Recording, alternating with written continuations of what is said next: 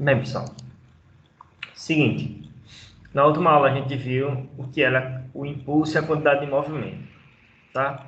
A gente viu que impulso tem a ver com quanto tempo uma força agia em um corpo, tá? Em um sistema, e dependendo da situação, tem impulso maior e impulso menor, tá? Impulso é força vezes a variação do tempo. A gente entendeu a relação da força constante ou da força variável, que a gente pode ter a média através do gráfico, ou da situação da força final e da força inicial. A gente viu também a quantidade de movimento, tá? Que é massa vezes velocidade. A quantidade de movimento de qualquer sistema é massa vezes velocidade. E a gente entendeu que o quanto que a quantidade de movimento varia, tá? O quanto que a quantidade de movimento vai mudar é o impulso, beleza? Esse é o termo do impulso. O impulso é igual à variação da quantidade de movimento, beleza?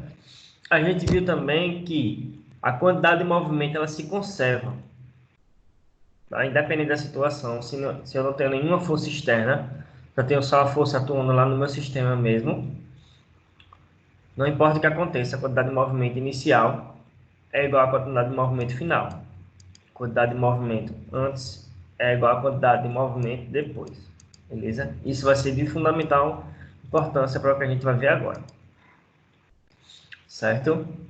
Então, a gente vai falar sobre choques mecânicos, beleza? Essa é a parte nova do nosso conteúdo. Então é o seguinte, a gente basicamente vai entender, tá? Colisões entre corpos, corpo batendo no outro e depois a gente analisa o que acontece, tá? Isso aí são chamados de choques mecânicos, beleza? O que a gente vai analisar aqui são choques frontais, ou como a gente costuma chamar de unidimensional, tá? Só tem uma dimensão, tá? Quando o centro das esferas se deslocam sobre uma mesma reta, tá? Então eu vou ter só uma linha, então eu tenho só uma dimensão para analisar. Antes e depois da colisão, dizemos que o choque é frontal ou direto. E é isso que a gente vai calcular, tá? Choques diretos ou frontais. Tá? E daquele jeito, tá? Como eu falei para vocês, a quantidade de movimento ela é uma grandeza conservativa. Então ela sempre vai se conservar. Então a quantidade de movimento antes é igual à quantidade de movimento depois. Sempre. Sabe o que é sempre? A quantidade de movimento sempre vai se conservar. A quantidade de movimento final é igual à quantidade de movimento inicial. Beleza? Por enquanto, alguma dúvida nessa primeira parte teórica? Não, professor. Beleza. Então, olha o que vai acontecer agora. Tá? Quando eu tenho um choque mecânico, quando eu tenho uma colisão, existe uma coisa que a gente chama de coeficiente de restituição. Tá?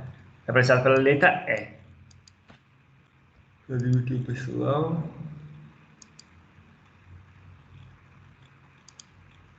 Tá?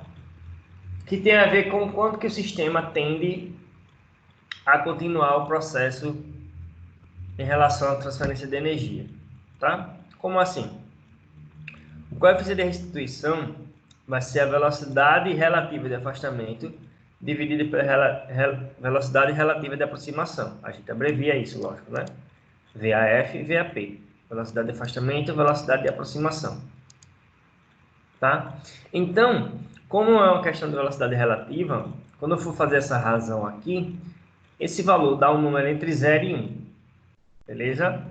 Onde 0 é o mínimo e 1 é o máximo. Tá? Então, isso vai depender de como o choque acontece. Vai depender do tipo de choque. A gente separa o choque em algumas relações aí de situações específicas. Tá? E o que é essa velocidade relativa de afastamento e essa velocidade relativa de aproximação? Tá? É o seguinte. Eu tenho que analisar se os corpos estão indo no mesmo sentido ou não. Beleza? Eu tenho uma situação antes e uma situação depois. Antes do choque acontecer e depois que o choque aconteceu. Então, eu tenho que analisar a aproximação do afastamento. Então, deixa eu... aqui. Tá? Então, imagine o seguinte aqui. esses dois corpos aqui nessa situação, tá? Os dois estão na mesma direção e no mesmo sentido, certo? Então, a velocidade relativa de aproximação vai ser um menos o outro. Vocês conseguem entender o porquê?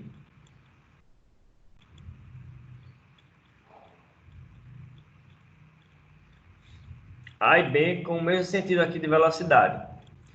A velocidade de aproximação deles vai ser um menos o outro. Porque imagine o seguinte, se eu tenho, vamos colocar em carros para ficar mais fácil, né, a situação para todo mundo. Se eu tenho, deixa eu admitir aqui, pessoal.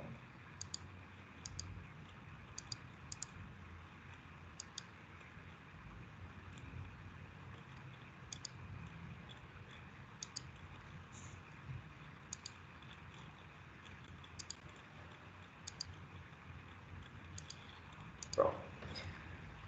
Se eu tenho aqui dois carros, tá? Eu tenho um carro a 20, que seria esse carro B aqui. Um carro a 20 km por hora e um carro a 100 km por hora. Eu vou me aproximar desse carro que está na frente a que velocidade? A 80. Porque vai ser o 100 que esse carro aqui de trás está, menos o 20 que o carro da frente está. Então ele vai se aproximar do outro a 80, tá? Porque ele anda 100 km por hora, o outro anda 20. Então tem essa diferença aí. Por isso que eu tenho que subtrair quando eles estão no mesmo sentido. Ficou claro isso? Não confundir, tá? Com o lance lá da relação dos vetores. Professor, vetores no mesmo sentido, eu não tenho que somar? Sim, mas aqui a gente está analisando a velocidade relativa de aproximação. Entenderam a diferença?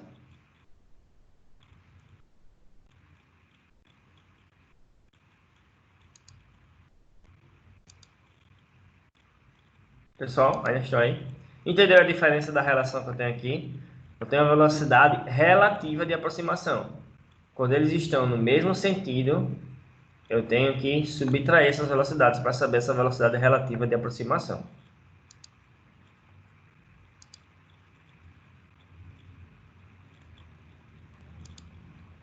Depois que o choque acontece, eles ainda continuam aqui, ó, com o mesmo sentido, tá? Só que houve uma transferência aqui, tá? Em relação à energia, então a velocidade mudou. A velocidade do B, ele é maior agora que a do A. Então a velocidade de afastamento vai ser agora a do B menos a do A. Eles continuam no mesmo sentido, então ainda é uma subtração, certo? Porque se esse aqui tá a 100, esse aqui tá a 20, eles vão continuar se afastando a 80. Só que agora do B é maior. Então, ó, velocidade no mesmo sentido, a velocidade de aproximação ou de afastamento vai ser uma subtração. Ficou claro isso para vocês? Podem falar se ficou alguma dúvida.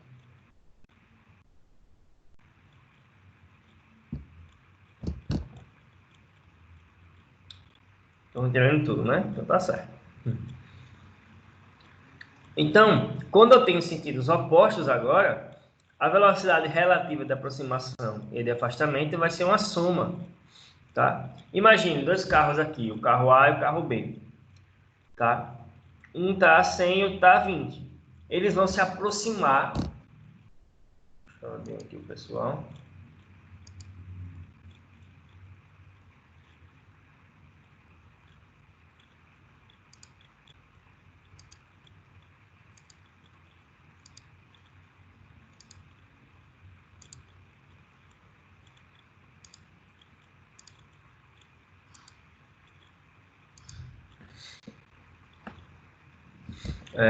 Vamos lá, voltando aqui a admitir o pessoal e torneio participante. Vamos lá. Quando eu tenho aqui sentidos opostos, tá? Eu vou ter uma soma dessas velocidades. Por quê? Imagina um carro lá, como eu falei, um a 100 e outro a 20. Eles vão se aproximar muito mais rápido do que se eles estivessem no mesmo sentido, certo? Porque eles estão andando 100 ou estão andando 20. Eles vão se aproximar a uma soma dessas velocidades. Isso antes do choque, né?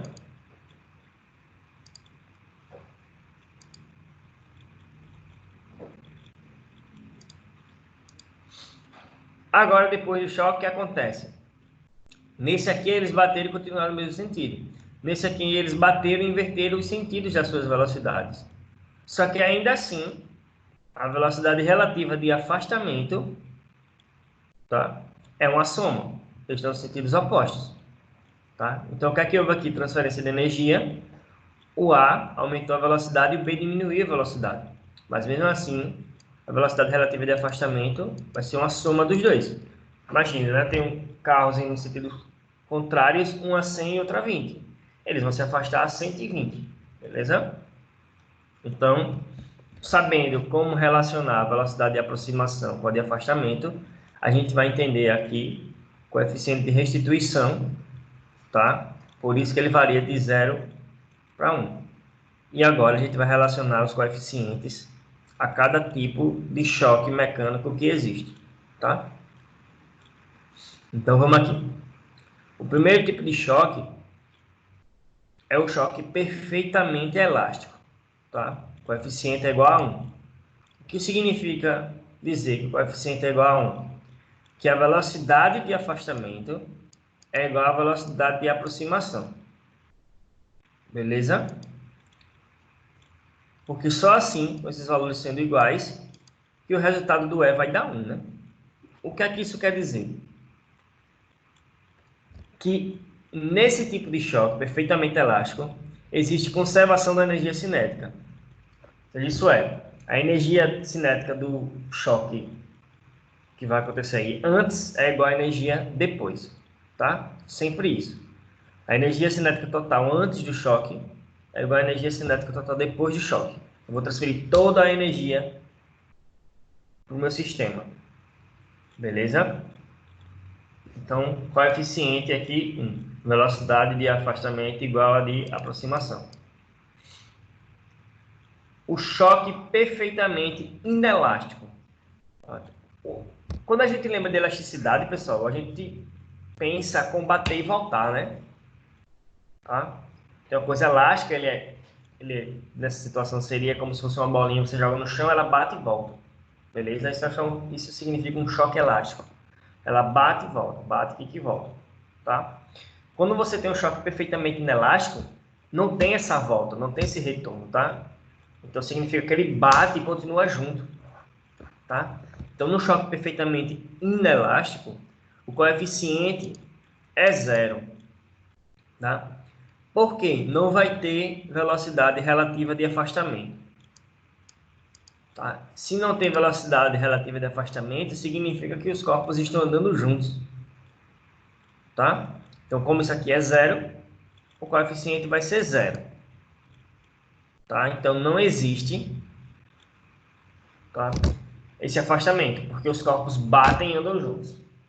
Beleza? Pessoal, sejam honestos. Estão conseguindo acompanhar o que eu estou falando aqui?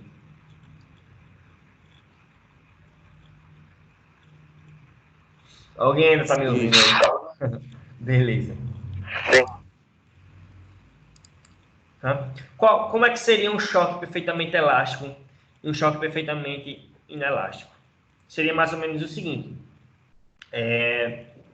Você pulando numa cama elástica, tá? Seria um choque perfeitamente elástico. A energia que você tem antes, quando bate na cama elástica e volta, é a mesma energia depois. Tá? Seria um choque perfeitamente elástico. O que seria um choque perfeitamente inelástico? Seria você correr e pular nas costas do seu colega. Aí os dois andam juntos com uma velocidade diferente da que o cara estava antes. Tá? Perfeitamente elástico, bate e volta. Choque perfeitamente inelástico, tá? Bate e os dois continuam juntos. Beleza? Só que nem sempre eu vou ter o máximo e o mínimo, né?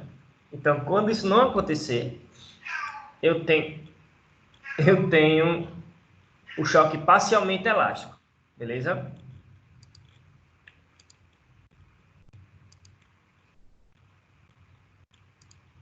Eu tenho um choque parcialmente elástico. Ou seja, o coeficiente vai ser maior que 0 e menor que 1. Ele não está nem no mínimo do perfeitamente inelástico e nem no máximo do perfeitamente elástico. Ele é parcialmente elástico.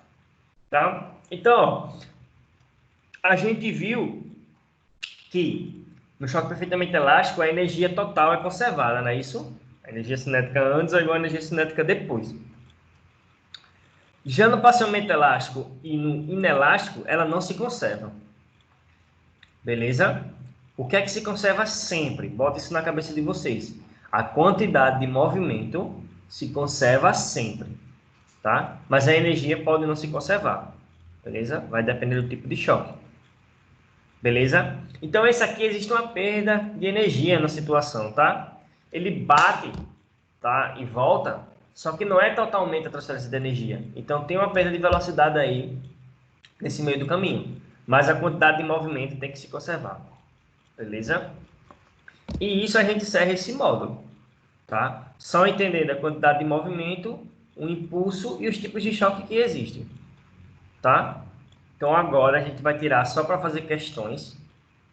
Tá? A gente fez as questões sobre todo tipo de coisa que a gente viu aqui, toda a situação que a gente viu aqui, beleza?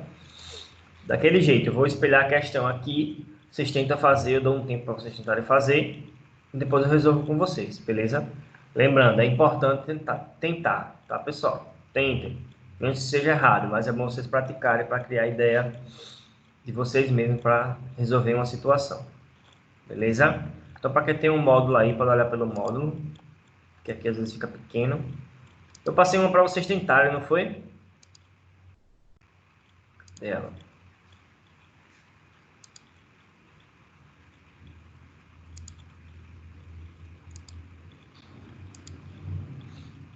Foi essa aqui. Tá? Essa 6, lembra que eu pedi para vocês tentarem fazer ela?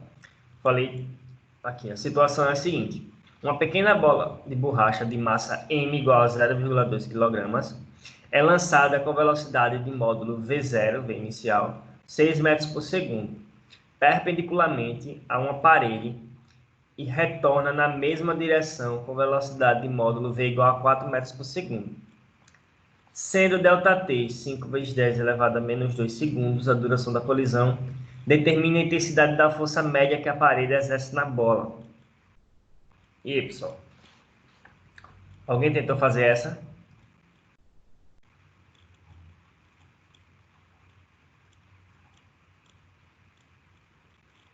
Bem, então, uns 3 minutinhos para vocês tentarem aí, criar pelo menos a ideia.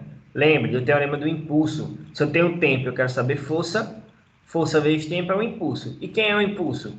É a variação da quantidade de movimento. Então, tente relacionar aí essas equações para ver o que é que vai bater. Já já a gente confere juntos.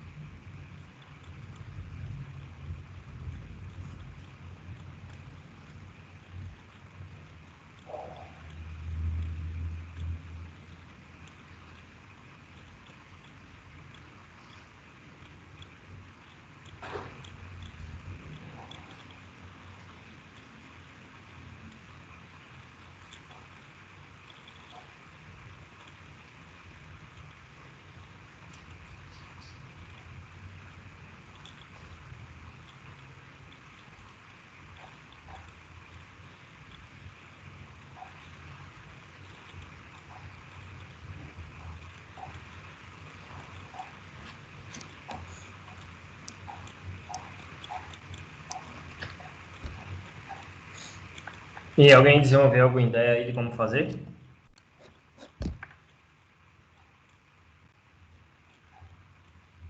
Alguém?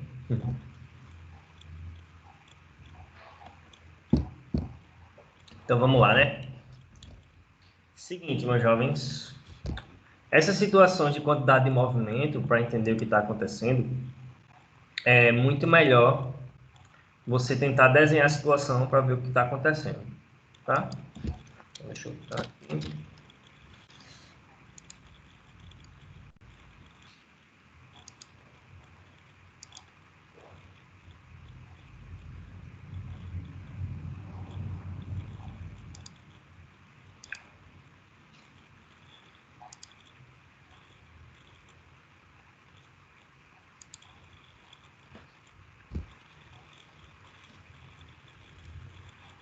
Pessoal, quando eu mudei para o módulo com as questões, vocês passaram a ver o módulo com as questões ou continuou lá no slide?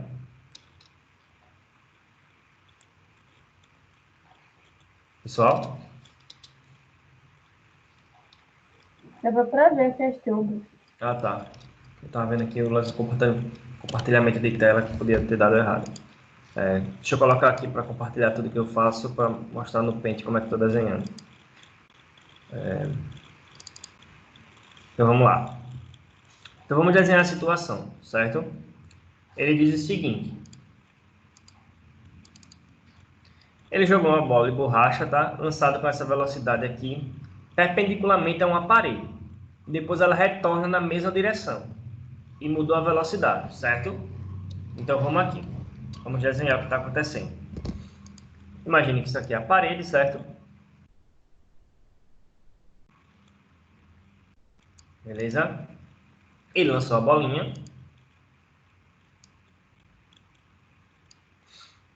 Com a velocidade na parede, certo? Então essa aqui vai ser a situação inicial. Aí a bolinha bate e retorna na mesma direção. Mas se ela bate e retorna, pessoal, ela continua na mesma direção, beleza? Só que o sentido é oposto. Então a situação final, a bolinha bate e volta com a velocidade para cá, certo? Ficou claro isso para todo mundo? Todo mundo Sim, entendeu professor. a situação, né? Beleza. Aí ele fala o seguinte, deixa eu tentar representar melhor porque o final é menor a velocidade, né? Então deixa eu desenhar aqui só para ficar o mais parecido possível. A velocidade final é menor, tá? Beleza. Aí ele tem as informações aqui, os dados. A velocidade inicial é igual a 6 metros por segundo. E a velocidade final, V, é igual a 4 metros por segundo, não é isso? Ele deu o tempo que a força agiu. Tá? Qual foi?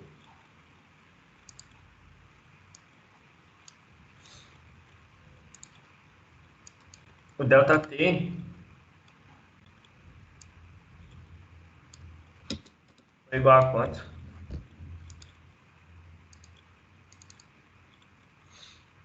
5 vezes 10 elevado a menos 2.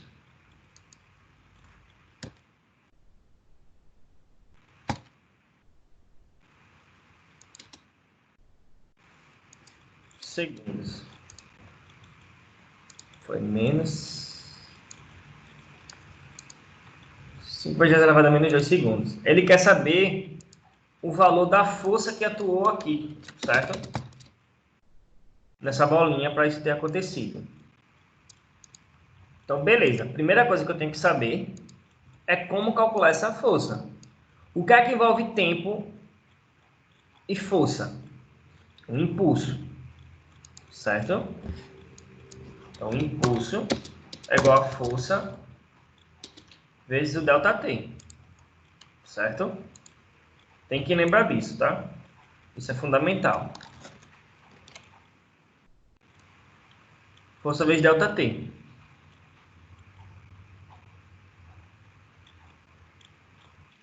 Só que eu não tenho nem o impulso e nem a força. Só tenho ΔT. Então, eu tenho que relacionar com a outra coisa aí na física. Tá? A gente sabe que o impulso tem a ver com a quantidade de movimento. A gente também sabe que o impulso é igual à variação da quantidade de movimento, certo? Deixa eu botar o delta aqui.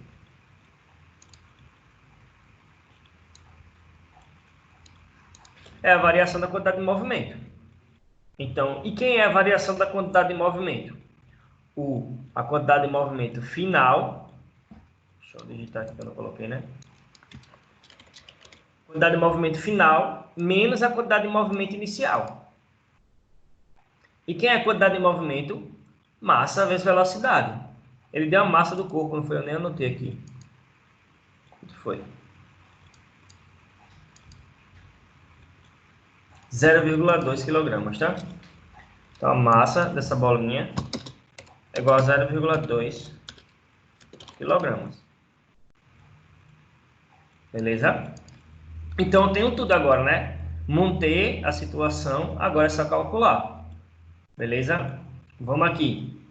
Como na situação inicial, ó, o vetor está de um jeito, a velocidade, e depois está no outro, eu tenho que adotar um como positivo, né?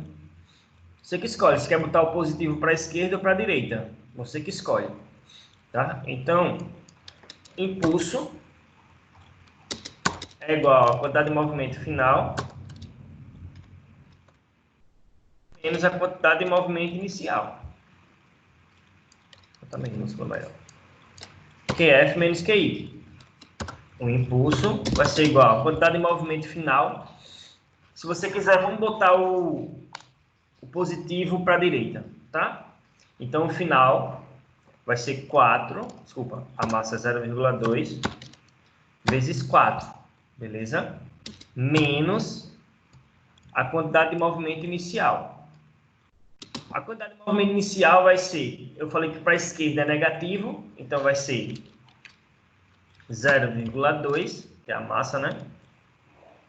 Deixa eu aumentar isso aqui. 0,2 vezes menos 6.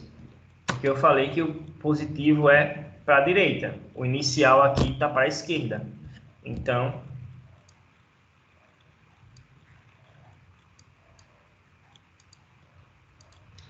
deixa eu tentar botar aqui para o lado rapidinho, tá? Para não ficar muito em cima do outro.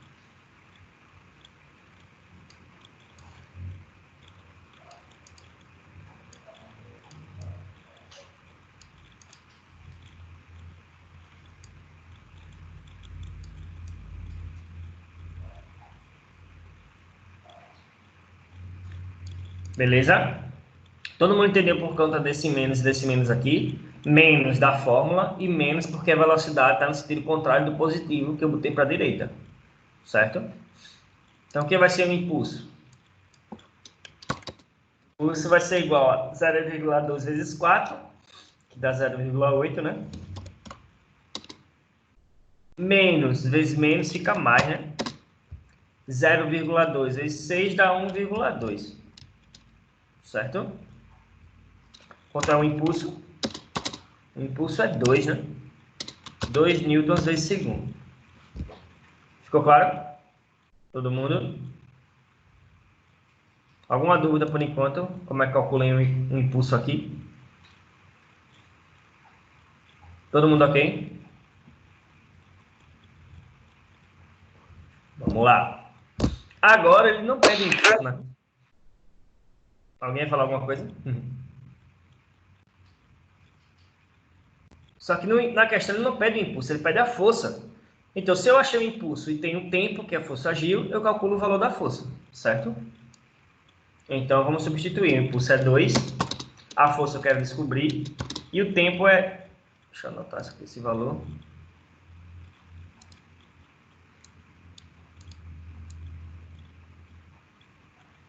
Cinco vezes 10 elevado a menos 2. Beleza?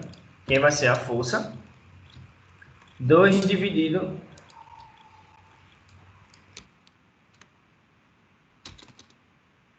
dividido por esse valor.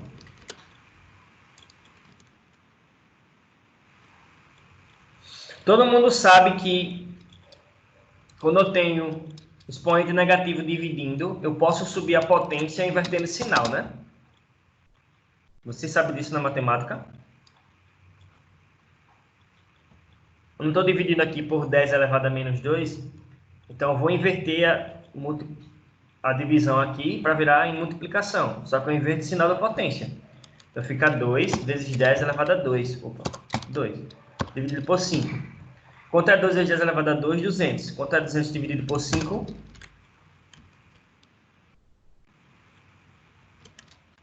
alguma coisa errada aqui. Aqui, pessoal. 40. Isso aí. Isso. Beleza? Tem alguma coisa errada aqui na digitação. Vai ficar 2 vezes 10 ao quadrado. Né, o menos 2 ficou mais 2. Dividido por 5. Agora sim. Tá? Então, isso aqui vai ficar 200 dividido por 5, que dá 40.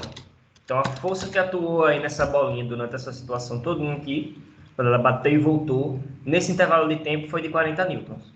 Beleza? E foi isso que fez a alteração na velocidade. Que antes tinha 6, tá? Depois ficou 4. A quantidade de movimento se conservou. Entenderam? Por conta do impulso que atuou nele lá. Certo? Aí teve uma diminuição na velocidade. Ficou claro? Alguma dúvida, pessoal? Podem falar. Fala, entrou agora.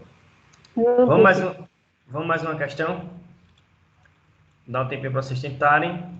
Eu queria perguntar por que ficou menos 6 ali na velocidade. É porque é o seguinte, lembra que a quantidade de movimento é uma grandeza vetorial, certo? Então eu tenho que analisar o sentido dos vetores. Eu tenho uma velocidade para a esquerda e uma velocidade para a direita. Então você disse que uma delas é positiva. Você que escolhe se quer botar o para a esquerda ou para a direita. No meu caso, eu botei para a direita positiva. Por isso que quando eu fui calcular a velocidade inicial, que é o 6, ficou negativa. Entendeu? Entendi. Que é uma análise vetorial. Vamos aqui, a próxima questão. Questão 7. Uma bola de bilhar de massa 0,5 kg é lançada de encontro à tabela da mesa representada a seguir, com velocidade v 5 metros por segundo. Beleza? Após sofrer reflexão, a bola volta com velocidade de mesmo módulo v, ou seja, ela bateu aqui com 5 metros por segundo e voltou com 5 metros por segundo. Ele fala o seguinte, despreze os atritos, né? Para desprezar as perdas de energia aí. A letra A ele pega o seguinte, represente graficamente o vetor, quantidade de movimento da bola imediatamente antes de atingir a tabela e imediatamente após sofrer a reflexão. Representa também o vetor impulso da força resultante que a tabela aplica na bola. E aí, pessoal? Isso aqui é só desenho de vetor, certo? E a letra B ele pede para calcular o módulo dos vetores que ele está dando no item A. Beleza?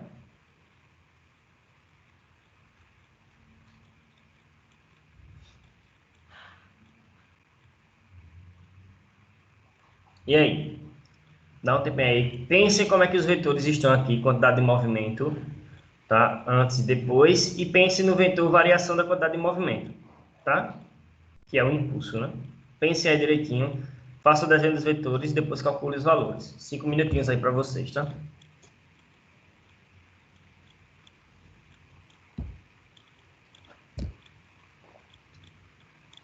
É parecida com essa aqui, né? Só que aqui tem esse ângulozinho, só isso. Só vai mudar no desenho. No cálculo do valor não altera não, tá?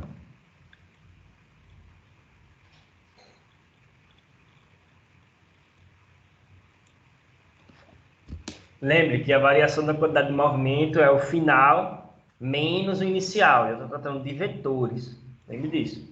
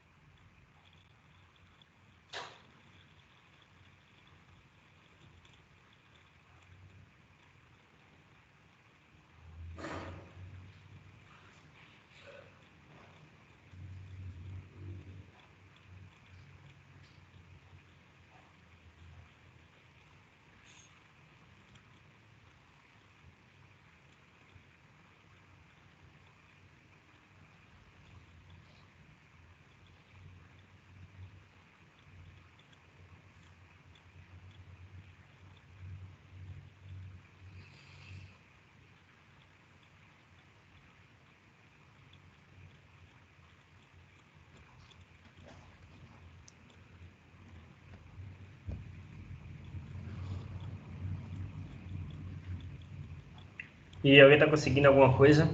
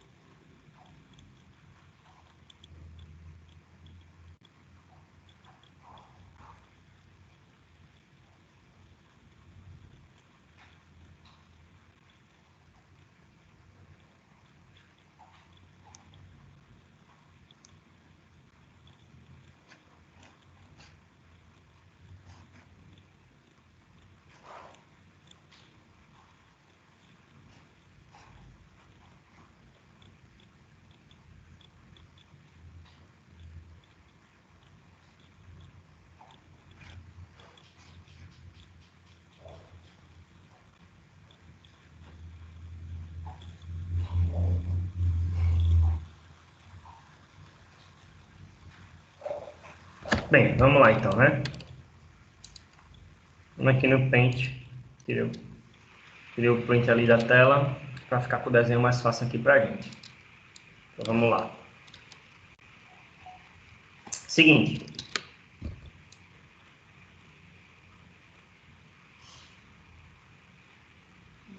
Melhor pegar as informações aqui.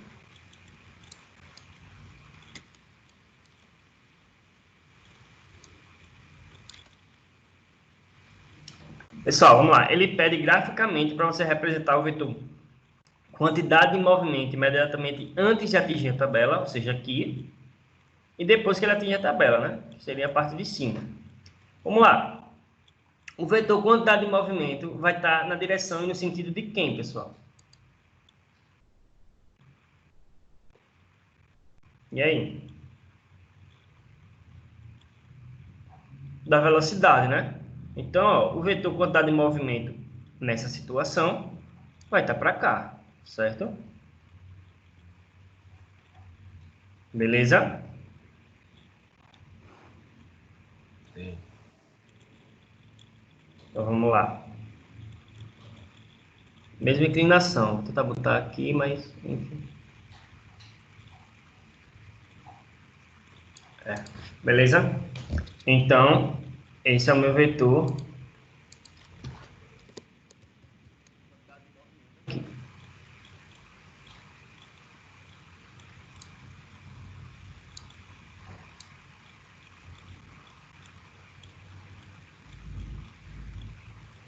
Enfim, esse é o meu vetor Q, certo? Quantidade de movimento inicial.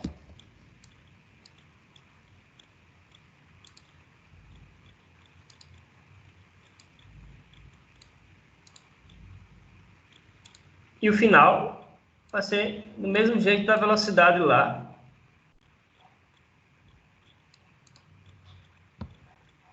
Depois da colisão, certo? Ele bate na tabela e volta aqui. Então a quantidade de movimento vai ser com esse ângulo aqui, com essa inclinação, certo?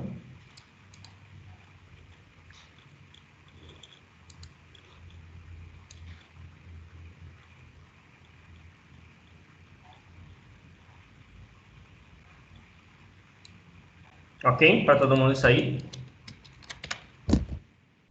Sim, sim, sim. Quantidade de movimento inicial, quantidade de movimento final. Beleza. Tem a mesma direção da velocidade. Aí ele pede para você representar também. Cadê? O vetor impulso. Vamos lá. Como é que eu vou saber como é que o impulso vai estar inclinado aí? Qual a direção dele? Bem, a gente sabe que o impulso é igual à variação da quantidade de movimento, certo?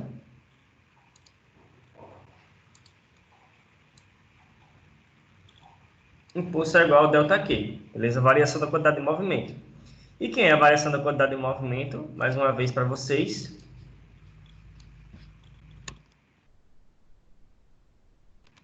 A variação da quantidade de movimento é a quantidade de movimento final menos a quantidade de movimento inicial. Então, o que é que eu vou fazer? Eu vou fazer isso vetorialmente falando. Eu tenho esse vetor aqui, que é a quantidade de movimento final, e esse vetor aqui, que é a quantidade de movimento inicial. O menos em um vetor significa o quê? O que é que eu faço com o vetor quando ele está menos? Alguém lembra?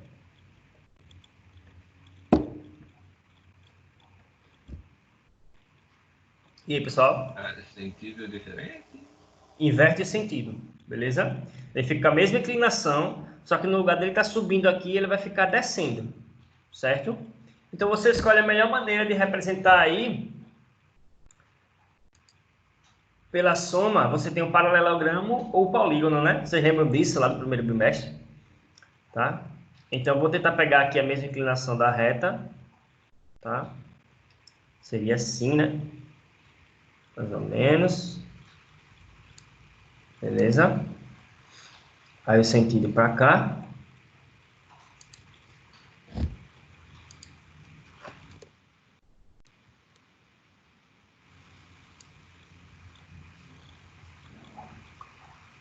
Beleza? E o menos desse que está subindo vai ficar descendo. Então, vou fazer aqui pelo polígono, tá? Colei aqui meio com extremo, não. Origem com extremo, tá? Seria mais ou menos assim. É o mesmo vetor, né? Inclinado assim, invertido. Só que no lugar de estar subindo, ele vai estar descendo. Tá?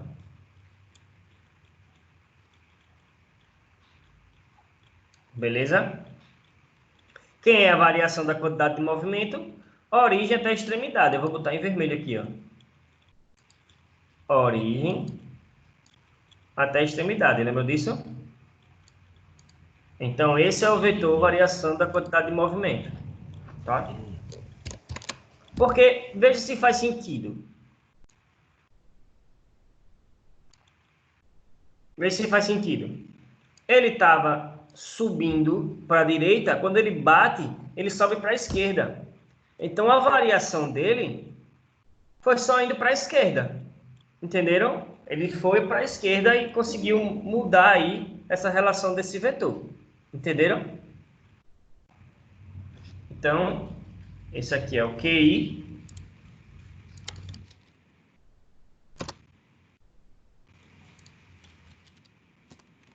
De movimento inicial, esse aqui. Esse aqui é a quantidade de movimento final. Final menos inicial. Eu tenho aqui o vetor impulso, o vetor I.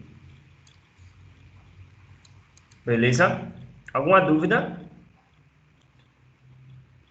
Ficou claro o desenho dos vetores para vocês? Beleza. Ficou claro. Agora, como é que eu calculo o valor desses vetores?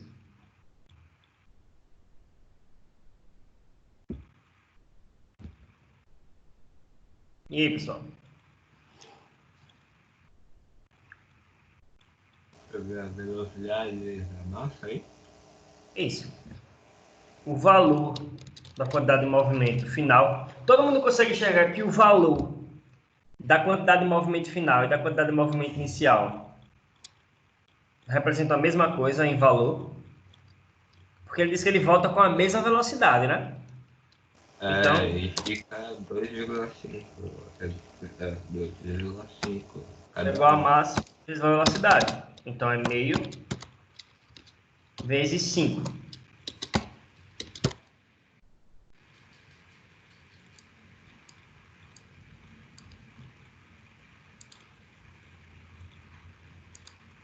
Meio vezes 5. Que dá 12,5.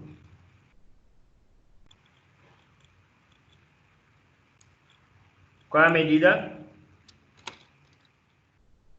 Quilograma vezes metro por segundo. Beleza? Alguma dúvida, pessoal? Podem falar.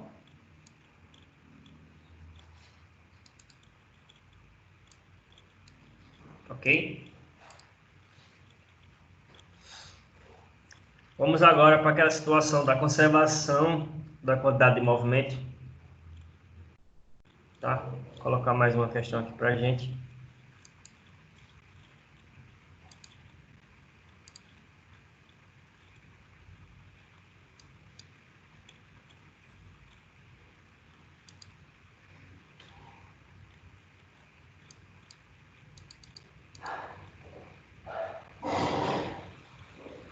Questão 8 aqui, ó. Dois blocos A e B de massas M e 3M, respectivamente, estão em repouso sobre uma mesa e em contato com uma mola. Um fio preso aos blocos mantém a mola comprimida e os blocos em repouso. O fio é cortado e os blocos são lançados conforme indica a figura. Então, tem a primeira situação aqui, quando ele corta o fio, eles saem com velocidades, tá? A superfície da mesa é perfeitamente lisa, ou seja, o atrito não vai atrapalhar, certo? Não tem força externa, né? Lembre disso. Ele fala, se o bloco A adquire a velocidade de módulo igual a 3 metros por segundo, qual é o módulo da velocidade VB adquirida pelo corpo B? Pense aí, eu vou dar um tempinho para vocês tentarem fazer, beleza? Tentem.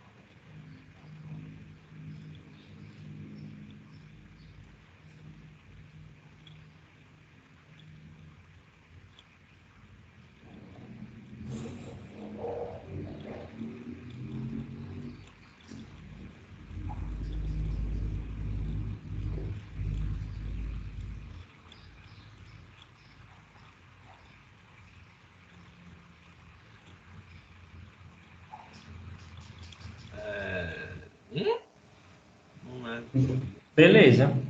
Alguém mais conseguiu fazer isso?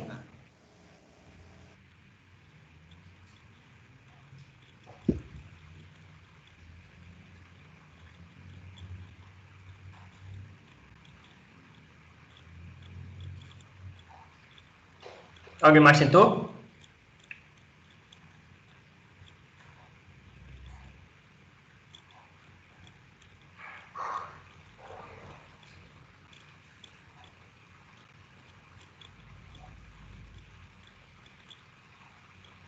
Vamos lá. Vou tirar o print aqui para a gente analisar no Paint a situação que está ocorrendo, beleza?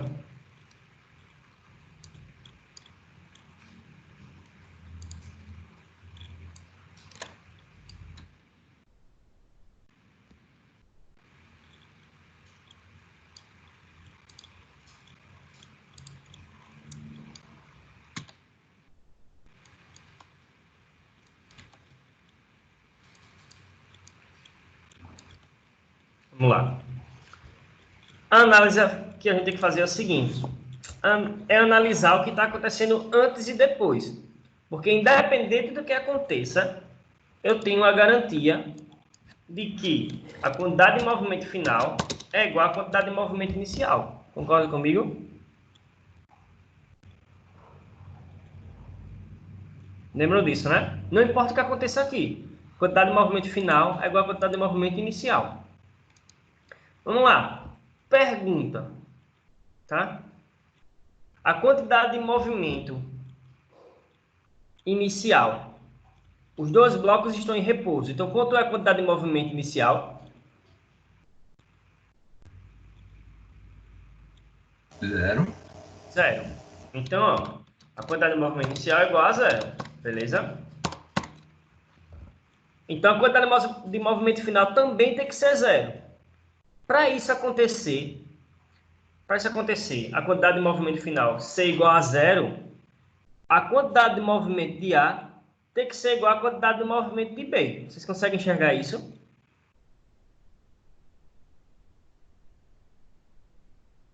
Todo mundo enxergou isso? Se o do A for igual ao do B, porque eles estão opostos aqui, eu tenho 0 de novo. Então, essa quantidade de movimento final tem que ser igual a 0, então a quantidade de movimento de A tem que ser igual à quantidade de movimento de B. Ficou claro para todo mundo isso? E agora é só jogar os valores lá para achar a velocidade. A quantidade de movimento do A é a massa do A vezes a velocidade do A. E a quantidade de movimento B é a massa do B vezes a velocidade de B. Então vamos lá. A massa do A é m, a velocidade do A é 3. A massa do B é 3m e a velocidade do B eu quero descobrir, VB. Tá? O que vai ser VB? VB vai ser igual a 3m dividido por 3m. Quanto é que vai ser a velocidade de B? É igual a 1 metro por segundo. Se você conseguir relacionar isso de cabeça, também está valendo, tá? Porque se eu sei que a quantidade de um é igual à quantidade de movimento do outro, e um tem 3 vezes a massa do outro, significa que a velocidade dele vai ser 3 vezes menor. Certo? Então, se 1 era 3, dividido por 3, fica 1. Ficou claro isso para vocês? Sim. Beleza? Alguma dúvida nessa parte de conservar o movimento e saber o que é que está acontecendo na situação?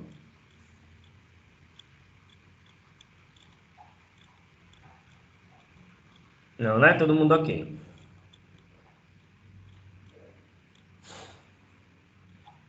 Então vamos para a questão 9. Tá, deixa eu puxar a imagem para cá.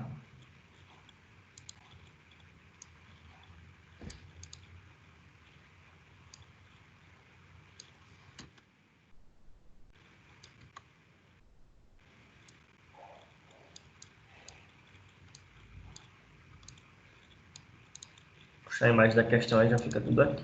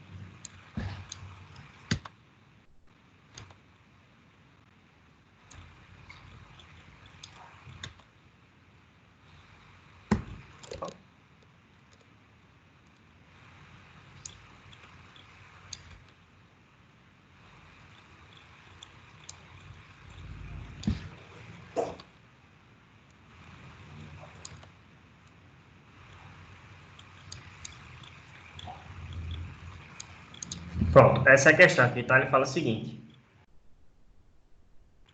Um objeto de massa m desloca-se ao longo do eixo x em movimento retilíneo uniforme com velocidade de módulo v igual a 5 metros por segundo.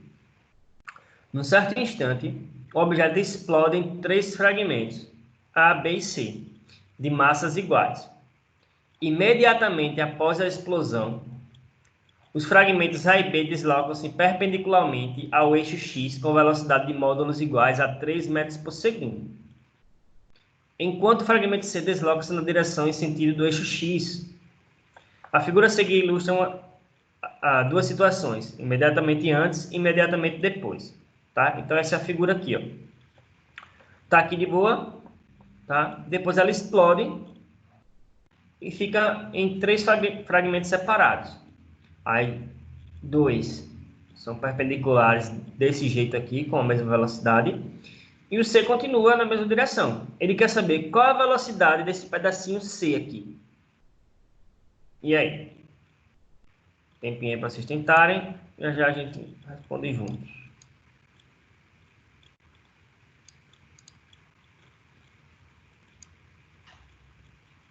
Beleza? Tentem aí.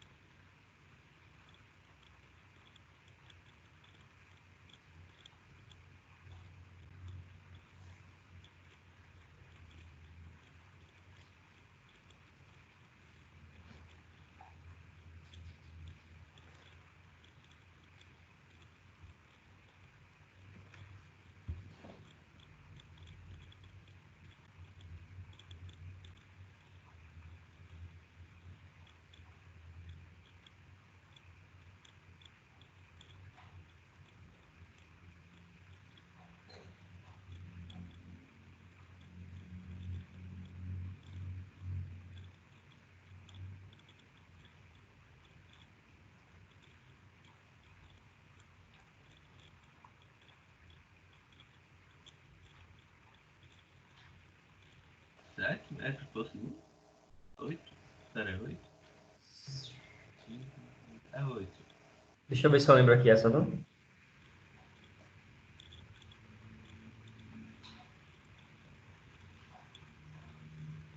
Não, não dá não, 8 não. Nem 8 nem 7. Como é que você fez?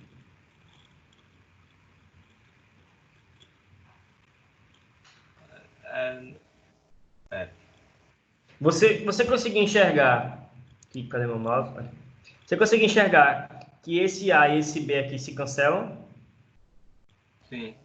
Pronto. Aí sobra só o do C aqui. Aí você calcula igualando lá a quantidade de movimento inicial com a final. Só que lembre, a massa foi dividida para os três, né? Uhum.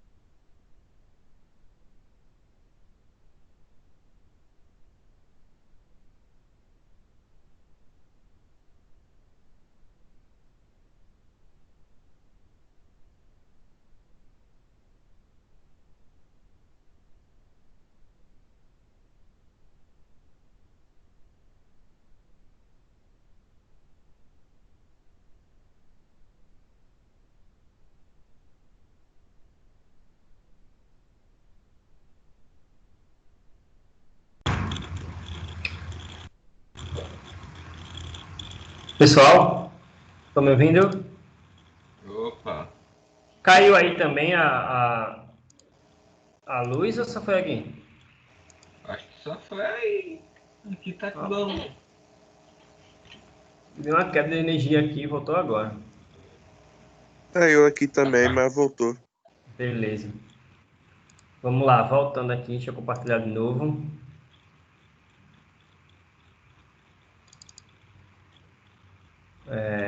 Vamos lá. Vamos responder juntos essa aqui. Seguinte. Eu tenho a situação aqui, tá? A bolinha andando sozinha. Então, essa é a quantidade de movimento inicial, certo? Só a bolinha sozinha com essa velocidade aqui, com a massa m. Depois ela explode em 3. Então, ó, dependendo do que aconteça, eu sei que alguma coisa vai se conservar. Que coisa é essa? É a quantidade de movimento, certo? A quantidade de movimento final é igual a quantidade de movimento inicial, beleza? Pode acontecer o que for, eu sei que vai se conservar, beleza? Então, o que é que vai acontecer? Eu sei que a quantidade de movimento inicial é igual a massa vezes a velocidade aqui, né? A massa eu não sei e a velocidade é 5. Então, eu sei que a quantidade de movimento inicial vai ser 5m. Tranquilo? Quilograma vezes metro por segundo. Beleza? E a quantidade de movimento final? Vamos lá. Olha o que é que aconteceu. Ela se partiu em 3 pedacinhos, cada um com o mesma quantidade de massa, o mesmo valor de massa, certo? Só que, ó, a velocidade do pedacinho A é oposta à velocidade do pedacinho B. Ou seja, a quantidade de movimento dele, tá? Como tem a mesma massa e a mesma velocidade, ele está falando aqui, ó, tá? Esses dois têm a velocidade 3, certo? Então, uma quantidade de movimento para cima, uma quantidade de movimento para baixo, se anula. Ficou claro isso? Sim. Então, a quantidade de movimento final vai ser a massa dividido por 3, porque foi dividido igualmente para os 3 pedacinhos, certo? Vezes a velocidade do pedacinho C, que eu quero descobrir. Então, vamos igualar um com o outro. Quilograma vezes metro por segundo. Igualando com o outro, eu tenho 5m, tá? É igual a m sobre 3 vezes vc, que eu quero descobrir a velocidade do fragmento C, certo? Então, o 3 que está dividindo passa multiplicando, o m que está multiplicando passa dividindo. Então, vc vai ser igual a 5m vezes 3 dividido por m. M cai com m, 5 vezes 3 metros por segundo, é a velocidade do fragmento C. Professor, isso faz sentido? Faz, por quê? Ele diminuiu a massa. Tá? Então, como a quantidade de movimento tem que se conservar, quando eu diminuo a massa da coisa, ela aumenta a sua velocidade, porque senão não tem como o movimento se conservar, né? Entenderam? Alguma dúvida, pessoal? Pode falar. Acho que caiu de novo, foi? Não é possível. Ah, foi alguém tentando entrar. Não, tentando entrar alguém. Eu escutei o barulho e pensei que tinha desconectado a chamada. Beleza? Alguma dúvida, pessoal, ali? Podem falar. Não. Igual a quantidade de movimento, acho de cada um. Quando eu igualo, eu acho a velocidade que eu quero, beleza? E vamos mais uma para fechar, né? Questão 10, beleza? Tentem fazer aí, vou ler com vocês aqui. Eu falo o seguinte.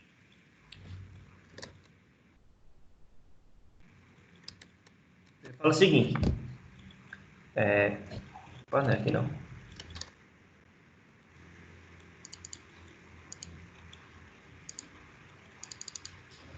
Dois carrinhos, A e B, de mesma massa, m igual a 0,4, deslocam-se com velocidades de mesma direção e sentido e de módulos 3 e 4.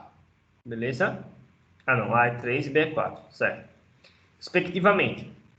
Os carros colidem, grudam um no outro e passam a se mover unidos e com velocidade no módulo V. Qual é o valor do V? Tentem fazer aí, já já a gente confere.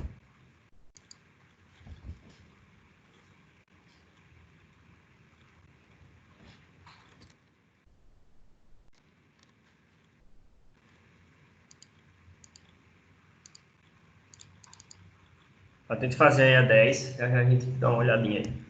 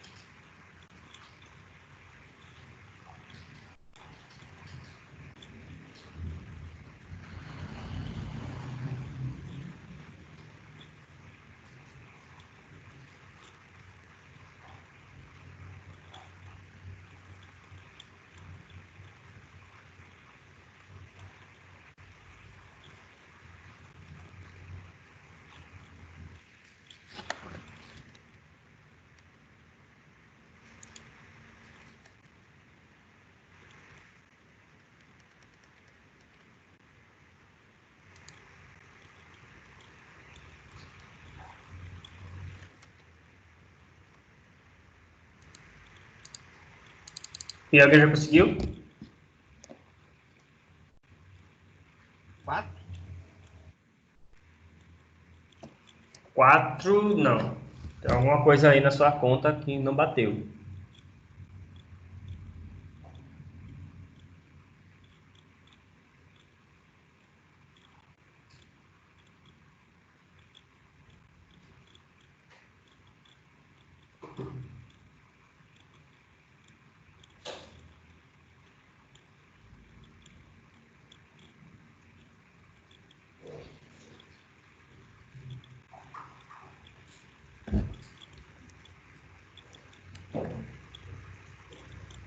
Vamos lá. Senão não dá tempo. Eu tô aqui no Paint. Seguinte, pessoal.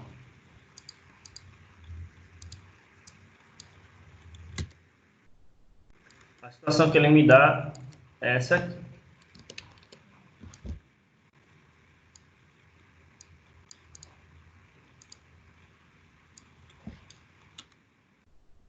É o seguinte.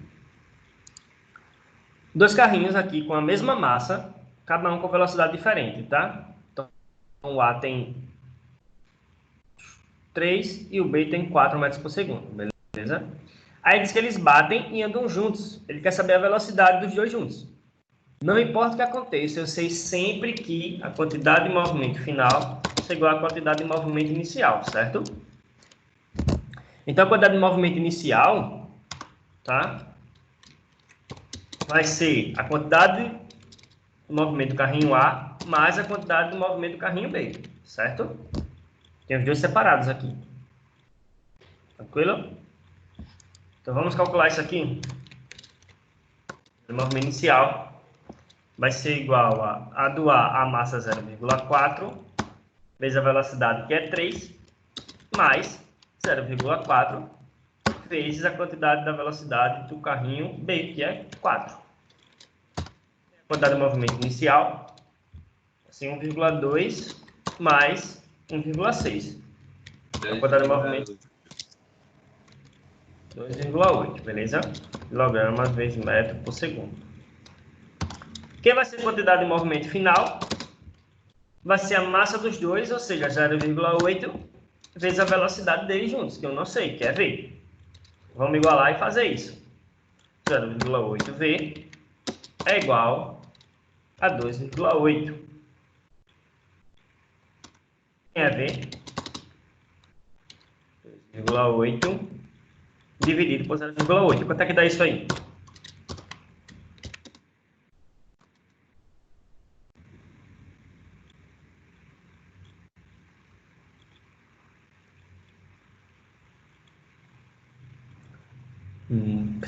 Ó, uma dica para vocês. Preste atenção. Eles não têm a mesma massa, o A e o B, então só vai mudar a relação da velocidade nos fatores que eles têm aqui de velocidade. Então, ó, 3 é o mínimo, 4 é o máximo. Tem que ser um valor entre 3 e 4. Exatamente um intermediário dos dois. Por quê? Eles têm a mesma massa. Então, entre 3 e 4, o intermediário é 3,5 metros por segundo. Entenderam? Então, a dica, quando tiver a mesma massa e andarem juntos, é só pegar o intermediário lá. Beleza? Alguma dúvida, pessoal? Todo mundo ok? Ok. Então, galera, eu vou parar a gravação aqui.